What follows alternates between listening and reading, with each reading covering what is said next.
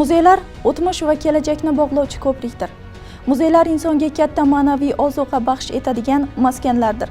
Bu borada viloyatlarda faoliyat yuritayotgan Qatag'on qurbonlari xotirasi muzeylarining ham o'rni katta. Zero ular yurtimizda kechgan milliy ozodlik harakati, vatan taraqqiyoti yo'lida shahid ketgan ajdodlarimizning fojiali hayoti haqida yosh avlodda tarixiy xotira tuyg'usini uyg'otish, vatanparvarlik ruhida tarbiyalashda muhim ahamiyat kasb etadi. Bugun Urganch davlat universiteti tuzilmasidagi Qatag'on qurbonlari xotirasi davlat muzeyi haqida hikoya qilamiz. Assalomu alaykum. Urganch davlat universiteti tuzilmasidagi Qatag'on qurbonlari xotirasi muzeyi Vazirlar Mahkamasining O'zbekiston Respublikasi Vazirlar Mahkamasi huzuridagi Qatag'on qurbonlari xotirasi davlat muzeyi va hududlardagi oliy ta'lim muassasalari tuzilmasida Qatag'on qurbonlari xotirasi muzeylarini tashkil etish chora-tadbirlari to'g'risidagi qarori asosida 2018-yil 31-avgustda ochilgan. Bizning Qatag'on qurbonlari xotirasi muzeyimiz joylashgan bino ham tarixiy obida hisoblanadi. U Xorazmdagi ilk Yevropa uslubida qurilgan binolardan biri bo'lib, 1910-yilda barpo etilgan va aka-uka Salimjonovlar savdo uyi binosi deb ataladi. Ushbu binoda dastlab ular o'zining savdo kontorasini joylashtirgan bo'lsalar, keyinchalik Sovet rejimi tomonidan ularning mulki xatlab olinadi va keyinchalik turli muassasalar bu binoda faoliyat yuritadi. Bizning muzeyimiz joylashgan bu xona kirish qismidan boshlanadi va bizning muzeyimiz konsepsiyasiga ko'ra Rossiya imperiyasi tomonidan Xorazm xonligiga qarshi harbiy yurishlarni yoritishdan boshlangan. Dastlabki harbiy harakatlar Ataman Nechay boshchiligida amalga oshirilgan bo'lsa, ularning barchasi Xorazm xonlari tomonidan bartaraf etilgan edi. Lekin Rossiya imperiyasi tomonidan 1717-yil may oyida Pyotr I topshirig'iga ko'ra Xorazm xonligiga Bekovich-Cherkasskiy boshchiligida 3000 nafardan ortiq qo'shin jo'natiladi va bu qo'shin Xorazm xoni Sherg'ozixonning uddaburonligi, tadbirkorligi va shu bilan birgalikda xorazmliklarning o'z vatanini sevishlari hissining g'alabasi bilan yakun topadi va Bekovich-Cherkasskiy ekspeditsiyasi mag'lubiyatga uchradi. Mana shu ekspeditsiyaning tafsilotlari bizning muzeyimizda aks etgan va keyingi harbiy harakatlar 1839-yilda amalga oshirilgan. Ushbu amalga oshirilgan harbiy harakatlar ham bizning muzeyimizda yoritib berilgan va Rossiya imperatori Nikolay I farmoni bilan Xiva xonligiga qarshi general Perovskiy boshchiligida 18 ta to'p bilan qurollangan 4250 askardan iborat qo'shin jo'natilgan. Dastlabki to'qnashuvdayoq Rus imperiyasining qo'shinlari mag'lub bo'ladilar va katta talafot ko'rgan Perovskiy qo'shinlari ortga chekinadi. Bu borada Xorazm xoni Ollaqullixonning jasorati juda katta rol o'ynagan. U o'zining qo'shini bilan juda katta qarshilik harakatlarini amalga oshirgan va iqlim tomonidan ham aynan juda qattiq sovuq bo'lishi mana shu g'alabani qozonishga xorazmliklarga yordam bergan. Bu talafot Rossiya imperiyasining davlat xazinasi uchun juda katta moddiy zarar yetkazgan. Mana shu yurishlarning tasvirlari ularni o'zlari tomonidan ham suratlarga muhrlangan va mana shu chizilgan gravyuralar asosida keyinchalik bu suratlar tiklangan. Katta boyliklariga ega bo'lishni istagan Rossiya imperiyasi Xorazmga harbiy yurishlarni to'xtatmadi. Ular bu yurtning tabiatini, iqlimini o'rganishlari uchun puxta rejalar tuzdi. Xorazm vohasiga turli olimlardan tashkil topgan ekspeditsiyalarni, savdogar yoki sayohatchi ko'rinishidagi ayg'oqchilarni jo'natdi. Ular to'plagan ma'lumotlar asosida harbiy rejalar ishlab chiqib, Xorazm xonligiga hujumlar uyushtirdi. Xorazm xonligiga navbatdagi harbiy yurishlar 1873-yilda amalga oshirildi. Lekin ungacha ham Rossiya imperiyasi dastlab Qo'qon xonligi hududlarini va keyinchalik Buxoro amirligi hududlarini bosib olishga muvaffaq bo'lgan edilar. va Xorazmni olinmas qala, O'rta Osiyo Jazoiri deb ta'rif bergan edilar. Bizning muzeyimizda Rossiya imperiyasining Xorazm xonligiga qarshi navbatdagi harbiy urushlar haqidagi ma'lumotlar ham aks etgan. Mana shu ma'lumotlar ichida Xorazm xonligi va Rossiya imperiyasi tomonidan imzolangan hujjat bor. Bu hujjat Gandimyon shartnomasi deb ataladi. Gandimyon shartnomasi 12 avgustda Gandimyon bog'ida imzolangan va u Xorazm xoni Muhammad Rahim Bahodir xon II-Soniy va Turkiston general gubernatori fon Kaufman tomonidan imzolanadi. Bu hujjatning nusxasi bizning muzeyimizda saqlanadi. Bizning ekspozitsiyamizda mana shu harbiy yurishlarni, ayrim tasvirlarni ko'rishimiz mumkin. Dushman Xorazmga dastlab Xozarasp tomonidan kelgan va valiahd Xozaraspda turib o'zining navbatdagi davlat boshqaruviga tayyorgarligini o'tagan. Bu yerda Xozarasp darvozasining qamaldan oldingi ko'rinishini ko'rayapmiz. Bu darvoza bugungi kunda saqlanib qolmagan. Agar uni ta'mirlashga ehtiyoj bor bo'lgan paytda mana shu suratlarga diqqat bilan qarab uni qaytadan tiklash lozim deb hisoblaymiz. Qizil Taqir yaqinidagi janglar, shiddatli janglar bo'lganligi bu yerda aks etadi. Xorazm xoni Muhammad Rahim Bahodir xon II harbiy demak qarshilik ko'rsatdi. U o'zining qo'mondonlarini xonlikni turli hududlarga jo'natdi va qarshilik harakatlarini amalga oshirdi. Bu yerda mana shu qarshilik harakatlarining rahbarlari aks etgan fotoni ko'ryapmiz. Rahmatullo Yusabulboshi, Muhammad Murod Devonbegi, Abdulla Boy. Ularni qattiq qarshiliklari tufayli Kaufman qo'shinlari juda dahshatga tushadilar. Biz bunday qarshilikda hattoki yengilishimiz mumkin degan xavotirlarni o'zlarining esdaliklarida yozib qoldirganlar va keyinchalik bu Xiva qalasi egallangandan keyin Kaufman buyrug'iga ko'ra Rahmatullo Yusabulboshi, Muhammad Murod Devonbegi va Abdulla Boylar dastlab Kazalinskka surgun qilinadilar. Keyinchalik Sibirga, Kaluga hududlariga surgun qilinadilar. Mana shu suratga diqqatimizni qaratsak, bu yerda Xiva qalasiga kirib kelishi ko'rsatib berilgan. May oyida ular Xorazmni o'sha davrdagi poytaxti bo'lgan Xiva shahrini bosib oladilar va bu yerda qattiq janglar ketadi. 20-asr boshlariga kelib Turkiston katta siyosiy o'zgarishlarga yuz tutdi. Mustamlakachilik siyosatiga qarshi milliy g'oyalar vujudga keldi. Milliy uyg'onish harakati boshlandi. Xorazm vohasida ham o'z davrining ilg'or ziyolilari, jadidlar paydo bo'ldi. Muzey ekspozitsiyalarida Xorazm jadid ma'rifatparvarlari faoliyatiga keng o'rin berilgan. Mulla Jumaniyat Sultonmurodov Yosh xivaliklar to'rtkul qo'mitasi raisi edi va uni keyingi faoliyati Xorazm Respublikasi faoliyati bilan ham bog'lanadi.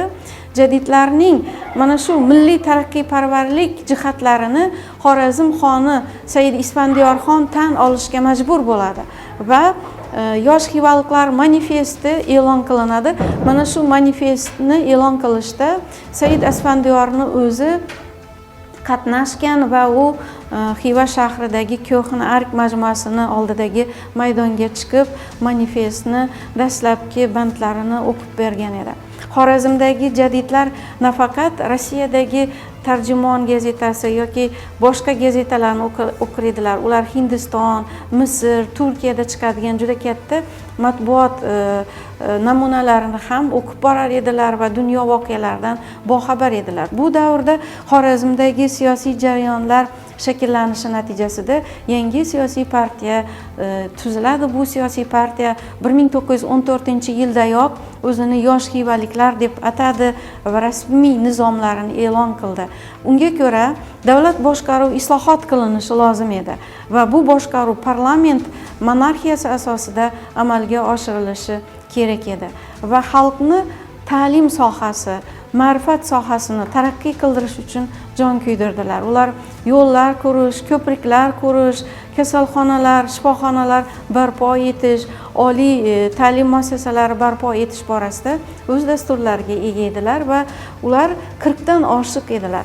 Mana shu yosh xivaliklar saflarida keyinchalik mana bu milliy uyg'onish davrining yorqin siyosiy liderlari dunyoga keldilar. Aslida Xivada jadidchilik harakatining ikki oqimi mavjud bo'lgan.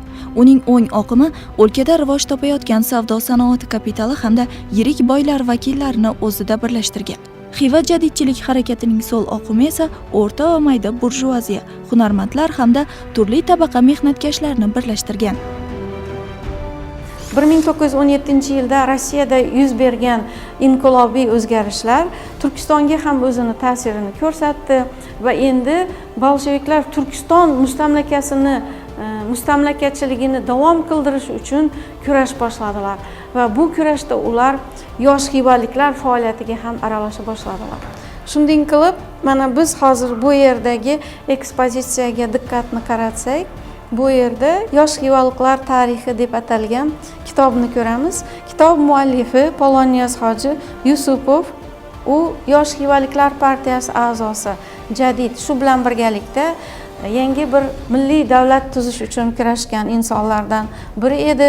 Xorazm Xalq Respublikasining raisi lavozimida ishlagan va Otamaqsum Oxund Muhammad Rahimov Xorazm Xalq Sovet Respublikasi Markaziy ijroiya komiteti raisi lavozimida ishlagan. Bu shaxslar barchasi milliy davlatchilik uchun kurashlarni amalga oshirdilar. 1920-yil fevralda Xivaning oxirgi xoni taxtdan ag'darilib, yangi davlat tuzildi. U Xorazm Xalq Respublikasi deb atalgan edi. Afsuski, Xorazmdagi bu yangicha boshqarish tartibi bir oy o'tmasdan o'zgartirilib, Xorazm Xalq Sovet Respublikasi deb e'lon qilindi. Mana bizning muzeyimizda ushbu tarix ham keng yoritilgan va ularning vakillari aks qilganini ko'ramiz. Mulla Bekjon Rahmonov, Yosh xivaliklar partiyasi a'zosi, Xorazm Xalq Respublikasining madaniyat va ma'ruf noziri vazifasida ishlagan. Bu davrda juda ko'p xorazmliklar dunyoning turli mintaqalarida ilg'or bilimlarni olishga intilganlar va Mulla Bekjon Rahmonov Turkiyada Istanbul universitetida tahsil oladi va u ma'ruf noziri sifatida ishlaydi. U o'zining faoliyati davomida Xorazmda milliy universitet tashkil qiladi va bu Xiva shahrida o'z faoliyatini amalga oshirgan. Ichanqal'ada muzey tashkil qiladi va ana shu muzeyda Xorazmning osor atiqalarini yig'ishga muvaffaq bo'lgan edi. Va jadid maktablari uchun o'qish kitoblari, darsliklar yozadi va bu darsliklar ham juda ko'plab yoshlarning ta'lim olishi uchun hissa bo'lib qo'shiladi. Xudoybergan Devonov Xivada tug'ilib o'sgan bu inson nafaqat Xorazmda, balki O'zbekistonning birinchi o'zbek fotografi va kinooperatoridir.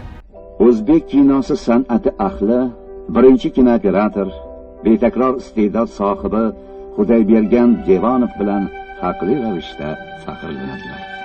U kino san'atining dastlabki qaldirg'ochlaridan edi. Afsus, 30-yillar to'foni uni ham o'z domiga tortgan.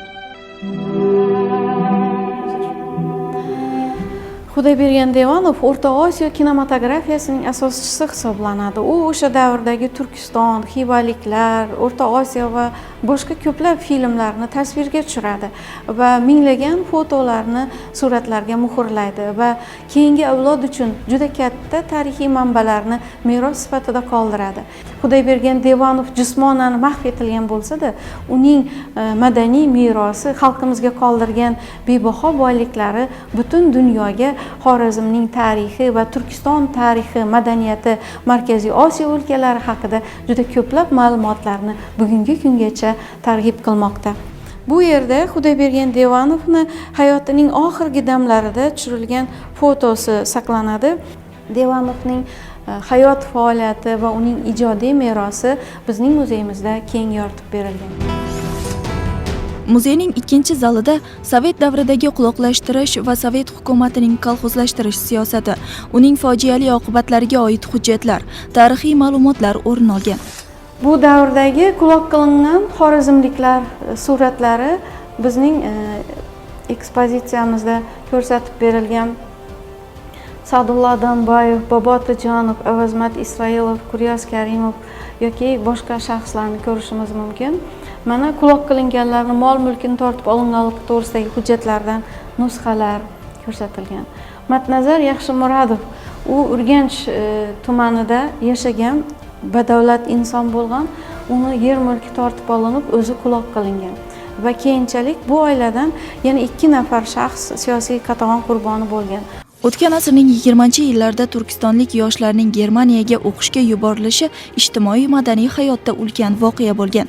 Turli sohalarda zamonaviy bilimlarni egallagan yigit-qizlar malakali mutaxassislar bo'lib yetishgach, vatanga qaytib, xalqimizning keyingi taqdiriga katta ta'sir o'tkazishi kerak edi.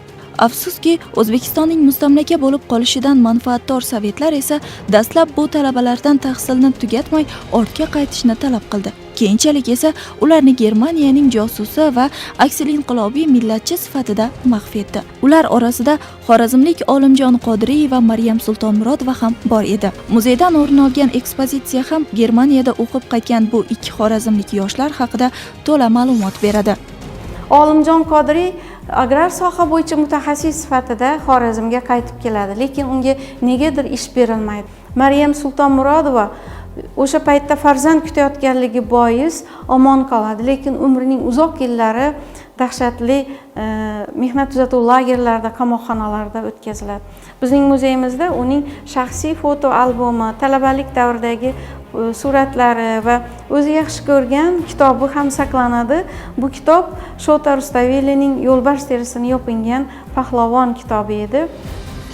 Muzeyning ikkinchi zalida yana o'zbek xalqiga qaratilgan qatag'onning yangi to'lqini haqida ham keng o'rin berilgan. 1980-yillarda O'zbekistonda paxta ishi nomi ostida amalga oshirilgan siyosiy kampaniyaning o'zbek xalqi boshiga solgan katta kulfatlari hujjatlar va fotosuratlarda o'z aksini topgan.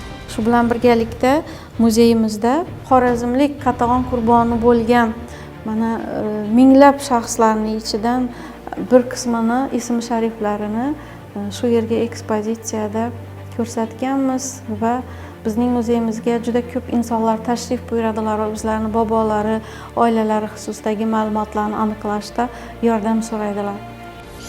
Urganch davlat universiteti tuzilmasidagi Qatag'on qurbonlari xotirasi muzeyi xodimlari bugungi kunda muzey fondi ekspozitsiyalarini yanada boyitish, to'plangan manbalar ustida ilmiy tadqiqotlar olib borish borasida izchil sa'y-harakatlarni amalga oshirmoqda. Natijada Xorazmning Qatag'on yillaridagi tarixiga doir kitoblar nashr etildi.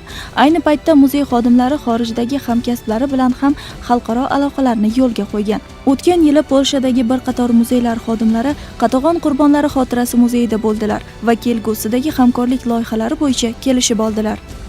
Bugungi kunda Turkiya Xalq Respublikasi, Polsha Xalq Respublikasi bilan muzeyimizni xalqaro aloqalar o'rnatildi va Turkiyaning TIKA fondidan juda katta miqdorda moddiy texnik baza bo'yicha grant yutib olishga muvaffaq bo'ldik va mana shu grant asosida bizga infokiosk, shu bilan birgalikda mebellar to'plami va aqlli doska va boshqa yana qator moddiy texnik baza ajratildi va mana shu baza orqali biz xalqimizga, tashrifchilarga ona vatanimiz ozodligi va mustaqilligi yo'lida shahid ketgan vatandoshlarimiz haqida va mamlakatimizning mustaqillik yo'lidagi qadamlari haqida targ'ibot, tashviqot ishlarini olib bormoqdamiz va ma'naviy yuksalishlari uchun muzeyimiz o'z hissasini qo'shib kelmoqda. Tarix, haqqo'y va beshafqat murabbiy. U millat yuziga oyna tutadi. Unga o'zligini, o'tmishini, buguni va kelajagini ro'y-rost ko'rsatadi. Bunda muzeylarning ham o'rni katta. Binobarin, muzeylar tarix ko'zgusidir. Qadrli teletomoshabinlar, siz O'zbekiston tarixi telekanalida tarix ko'zgusi ko'rsatuvini tomosha qildingiz. Xayr, salomat bo'ling.